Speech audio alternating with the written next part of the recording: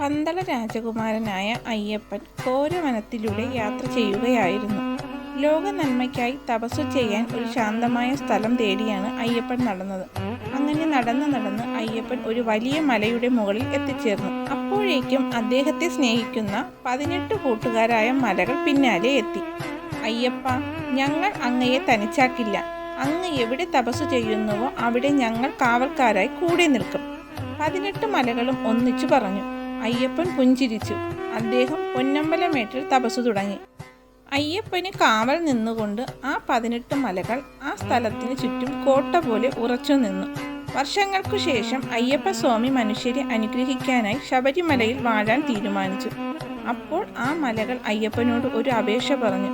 സ്വാമി, അങ്ങയെ കാണാൻ വരുന്ന ഭക്തർക്ക് അങ്ങയുടെ അടുത്തെത്താൻ ഞങ്ങൾ ഒരു വഴിയൊരുക്കാം. ഞങ്ങളെ 18 പടികളായി ഇവിടെ സ്ഥാപിക്കണം. ഈ പടികൾ ചവിട്ടിക്കയറി വരുന്നവർ അവരുടെ ദുസ്വഭാവങ്ങളും മോശം ചിന്തകളും ഉപേക്ഷിക്കുന്നതിന് തുല്യമായിരിക്കും. അങ്ങനെ അവർ പരിശുദ്ധരായി അങ്ങയുടെ മുന്നിലെത്തട്ടെ. അയ്യപ്പൻ സന്തോഷത്തോടെ സമ്മതിച്ചു. അങ്ങനെയാണ് ആ 18 മലകൾ ശബരിമലയിലെ പ്രസിദ്ധമായ 18 പടികളായി മാറിയത്. ഇന്നും അയ്യപ്പനെ കാണാൻ പോകുന്നവർ ആ 18 മലകളെ മനസ്സിൽ ധ്യാനിച്ചുകൊണ്ട് പരിശുദ്ധിയോടെ ഈ പടികൾ കയറുന്നു.